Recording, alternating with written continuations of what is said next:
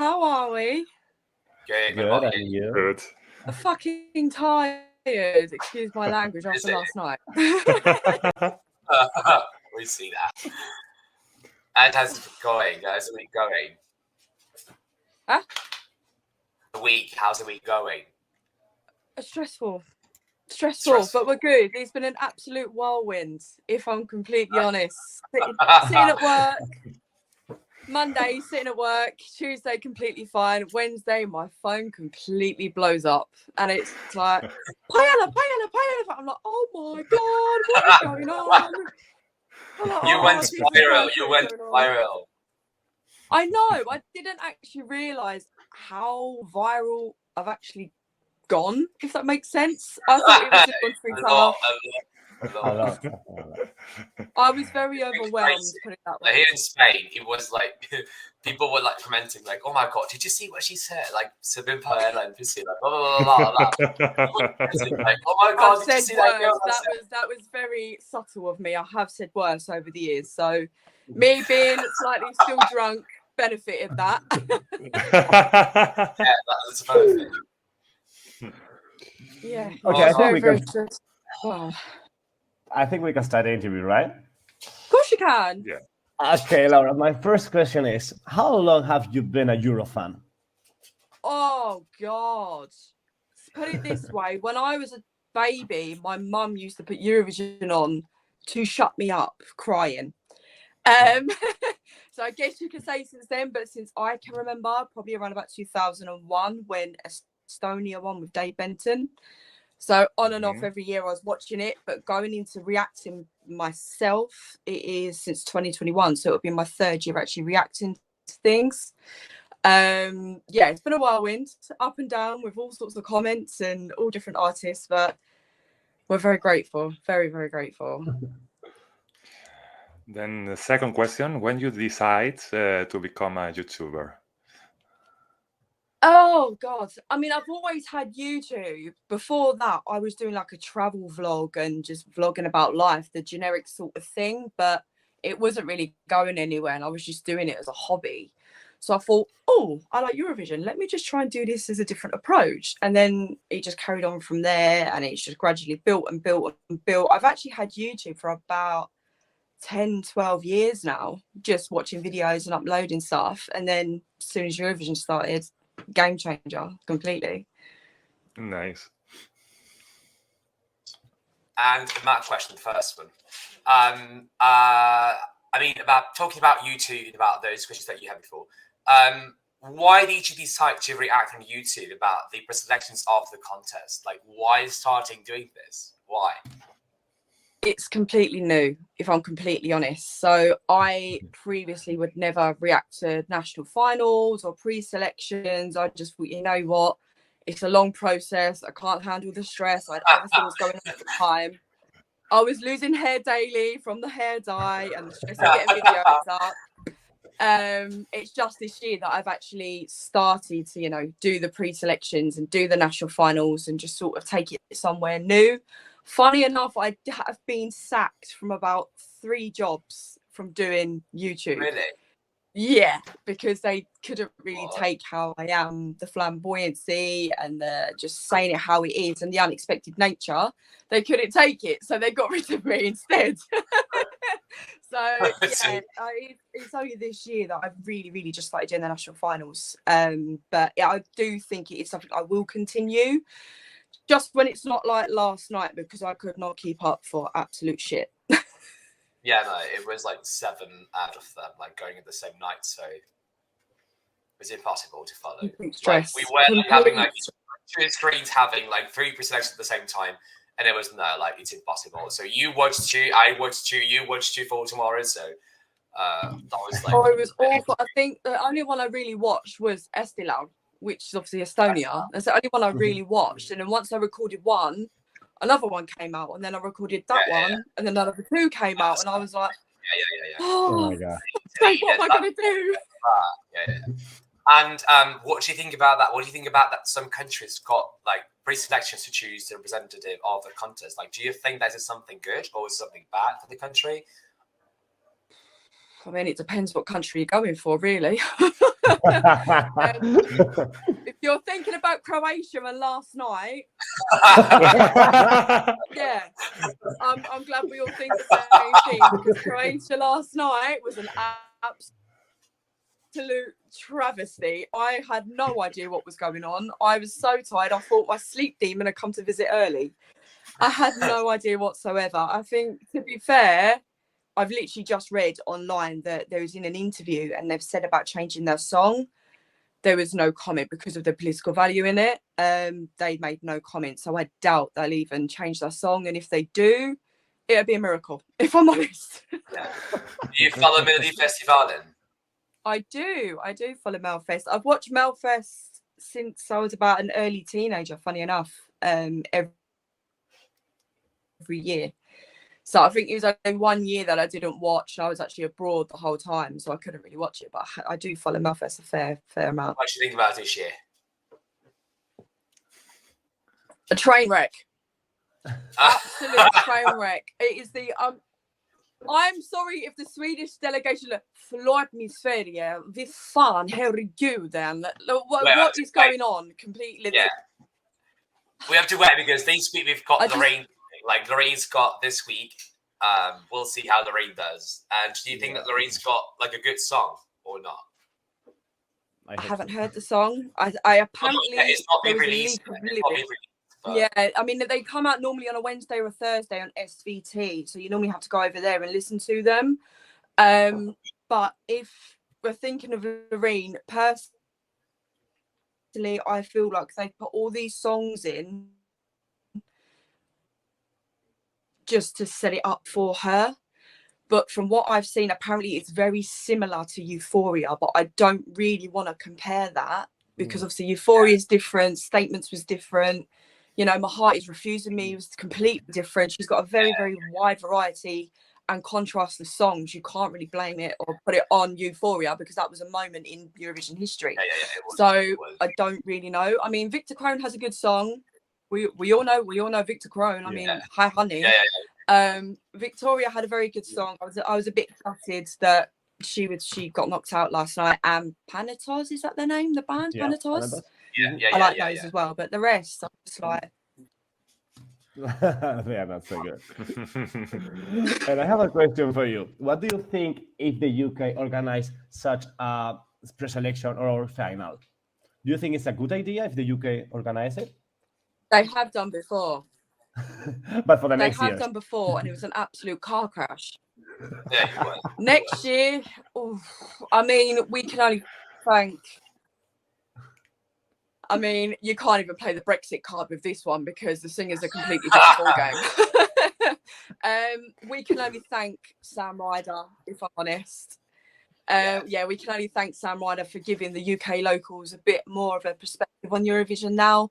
If they do go for a national final, I can guarantee it will be on BBC Two because it's probably going to be irrelevant for the locals and the Tory lovers. But would it really go somewhere if the BBC put money in it? I don't actually know, because what they've done before in 2019 with Kerry and Sweet Lies and Michael Rice, it didn't really go anywhere, and Mun Zemalov just looked like he was scared the whole time, bless his heart. So really and truly, I don't know if it would actually go anywhere. I mean, it would be nice to see, don't get me wrong, and it'd be very, very different for us. But if you want to do it like that, I have a funny feeling it may go the same way as Melfest. In the UK, it can be very, very controversial in that sort of aspect. So I genuinely don't know. Because Laura, where'd you leave? Laura, I actually live just outside London. I live in a place called Essex. Okay, and how is it like? I live in a small town called Romford in Essex. And how was Sam Ryder like leave this year? Like, did people celebrate? Oh, did people know about Sam Ryder this year? Did people watch it? Oh, we love Sam. We absolutely love Sam. If you mention Sam Ryder to anyone, they either know him for Spaceman, they know him from the other songs that he's done, like a few house numbers. There was quite a lot of love for Sam Ryder, and because he's also from the same area that I'm from, it was just a massive community spirit, and everyone was really, really, really going for Sam. Even people that despised Eurovision and hadn't watched it since 1965, they were even rooting for Sam. So it made a massive, massive impact. So we just adore Sam. So this year, you think that people will watch it more? Like, will watch Eurovision Song Contest because of Sam's Rider? Yeah. That year. Absolutely. If you could see how it's changed in the UK media, i.e. the BBC, they would never, if we would have won last year or would have won years previous, they never ever would have put anything on the BBC. It probably would have been on ITV or somewhere completely irrelevant on a streaming website. You never really would have got to have seen the full view of it. But now, you know, it's all sort of changed. We're hoping it can go in a good direction. I've crossed my legs, I've crossed my arms, I've crossed every part of my body. And do you think like people know about Liverpool this year, or people just in Liverpool know about the rest of the UK don't know? I think a few people do. I mean, normally when you think of Liverpool, you think of the Beatles and Liverpool football and a very good night out. But I do think a lot of people will know about Liverpool now and want to go to Liverpool. I mean, I speak to other reactors, I speak to other Euro fans near enough every other day. They interact with me. And they always ask me if I'm going to go. If I can get tickets are now affordable because of the cost of living. And they always say they will go, and they may just hang around the Euro Village. So there is a massive, massive sort of oomph there for them to obviously want to go. But I will try and be there. I am going to be at the London Eurovision party in April. So that's my first ever Eurovision event. I am shitting myself. Is it the it's fucking great. Coming to the Eurovision contest to Barcelona or to Madrid or to Amsterdam? I've never been to them. I'd love to go. Oh my god! Oh my god! It's next month. You have to come. I'm going to pretend to have COVID just so I can go. It's a show. And now talking about the Spanish pre-selection, what do you think about the Benidorm Fest? It was probably the first year. You're going to hate me. I'm so sorry. It's probably the first year that I actually took interest in Benidorm Fest, because last year I didn't really know much about it, but I was dipping in and out of songs and films and stuff like that. To be fair, you're going to hate me. Agony had a very, very good song. It was very, very strong. Was it Fusa had a good song, but the studio version. Live was a bit breathy. I feel like she needed a bit more training. I've been there, done that, worn the t-shirt. Get it? Literally. But you could definitely tell by the time that Blanca performed that she was just going to be. It was a close competition anyway, but by the way she performed and the way she grasped everyone, and it was just completely flamenco. It's when was the last time we actually see flamenco at Eurovision? I don't think we ever have, for as long as I've lived anyway. So for her to have that approach was just 1983, amazing, I think. and you could see how she grasped everyone. And I was still in the sperm bank in 1983, so I mean, I never would have known that. And what do you think about Chanel and Slow Mo? It gave me an orgasm when I listened to it. Put it that way. I absolutely adore Slow Mo. My reaction last year, I was throwing myself all over this bed. I was having the time of my life. That dance break, I used to be a dancer. I was trained in musical theatre. To feel that passion come back again, because I retired from injury. So I have that passion through her and come back. I was like, yes, serve me, strip me naked, let's just go. To be fair, if Sam wasn't there or Ukraine didn't have Carlu's orchestra, it probably would have been Chanel for me. Absolutely. That was paella. That was paella served. Oh, that was completely paella. That was fried along with sangria at this point. With sangria. Yeah, I guess so. So, apart from Blanca brings flamenco to Eurovision, what do you think about the performance itself? Apart from being paella and the other things that you are not going to say. The other things. Oh my god, no! I love her staging. I love the way the backing. I think the backing singers and dancers just get involved. I love the way they just pan around with the cameras. It's a very different approach. I feel sorry for the person that needs to sew all those strings together in Liverpool. I hope they give you a pay rise. But that approach I've never really seen before, and it genuinely captivated me, and just the way it's shown. It wasn't forceful, it wasn't too soft, it was just in the middle. They knew what they were going to do. The way the backing singers and the backing dancers just complemented themselves around it was very strong, and it was just completely nothing that I'd seen before. And even drunk me would have said that, because she fell asleep on her suitcase before actually reaction to that. She would have said the same thing, and he's probably the best I've seen. And I have to say that I love when you say, "What the serve? What the serve?" Oh, what serve? And do you think that she needs some changes in the performance for Liverpool, or do you think as it is okay? As it is okay. The only thing I'm concerned about is the outfit itself. I feel like she needs a little bit more. I like this on the arm, and I like the red. If she can go with the red a bit more, and you know, just dim it a tiny bit to give that moon sort of effect, it will really, really be powerful, because it will just show. If you look at the stage that way, you see Blanca, you see red, you see a tiny bit of dimness. Boom, she's there. You've got the lights, you've got everything around, and it will glow. So if it glows, it's going to captivate people more, and they're going to know who she is, and they're going to know that she's there to fucking be fierce. So if she does that with a tiny bit of changes, she's winning completely. And about Agony, as you said, like, what do you think about Agony? What are the differences that you see between Blanca and Agony? About like Agony? I loved Agony. I want his red outfit. I genuinely want his red outfit. I had a Britney outfit like you want this outfit?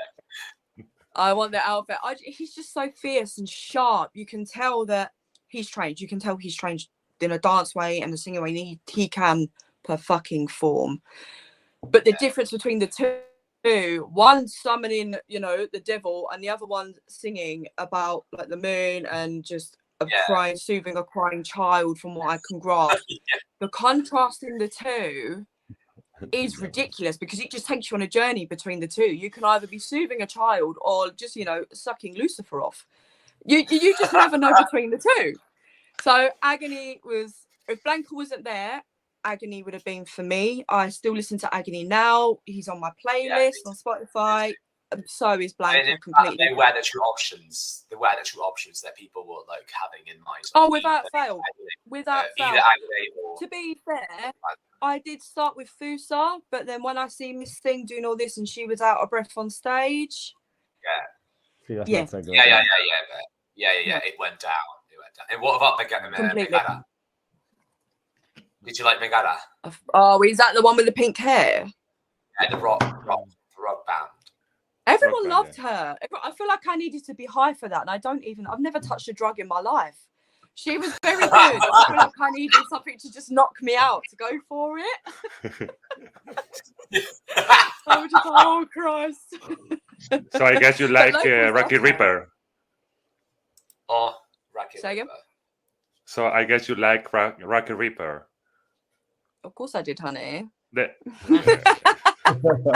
you just said. Yeah, I mean, I did like him, but I feel like he's slowly, you know, I have to be in a mood for that. Put it that way. So oh my God, I have to be in a mood. Probably when I'm hungover, just to keep me alive. But yeah, they were up there. Put it that way. And what about Norway? What about Alessandra? Oh, Miss Thing. We love Miss Thing. You think for her first song, just to go straight into boost her career and go straight to a final, like Eurovision, is a great platform for her. I just feel like with her staging, it needs to be a little bit lighter, because I feel like it's too dark when she starts. Yeah, it is.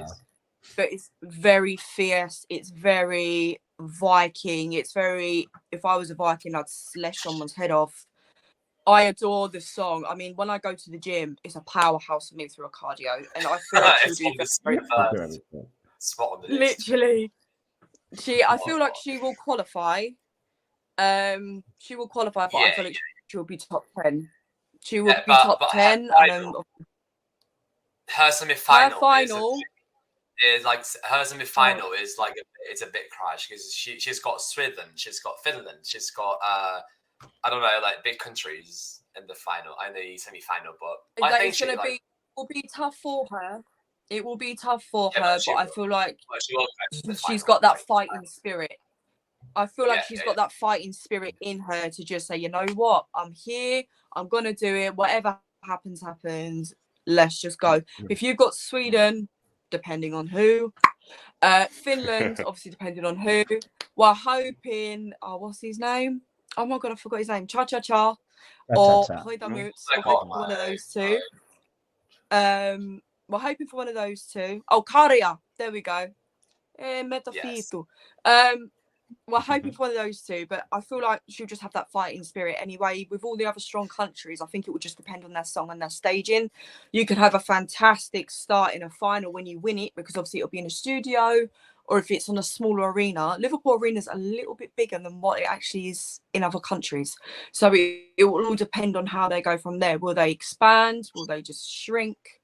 You just never know. You really, really never know. I was saying this about Romania last night in my reaction, that he's very spaced out. He needs to be a bit more compact just to make it so that it's okay on stage, because it's like a little fish in a big pond. You never know where you're going to go and what ocean you're going to take. And Italy, what do you think about Italy? Do you think that Italy has chances to win this year? I love Marco. I've done my reaction today. I've missed him. I have actually missed him in Eurovision. I adore his voice, his range, his tone. I feel like he can grasp people. When he's actually there, you can tell that he's just talking to people through music, and that's a really, really special element to have. When you're talking, it's like if you look at some of the greats like Whitney or MJ or Luther Vandross, when they're on tour and they actually are singing but talking to people at the same time, you know there's something special to convey.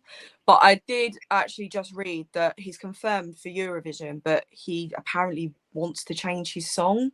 I don't know how true that is. Yeah, he said that, and I was no, what are you saying?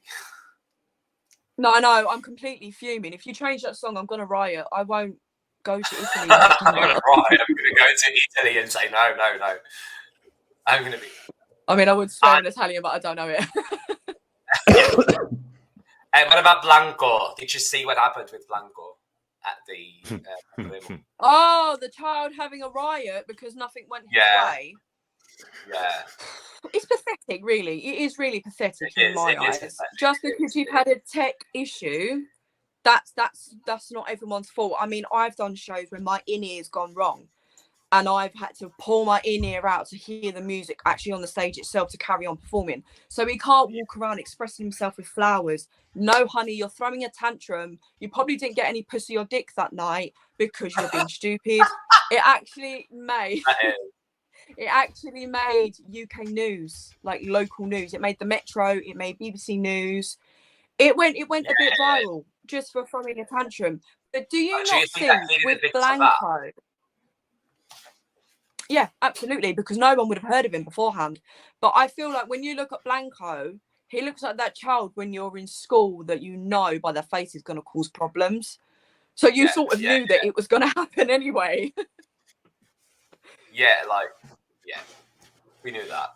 So, according to all of these opinions, who do you think is going to win the opponent? Like, from the one we've got now, Evie have to choose one.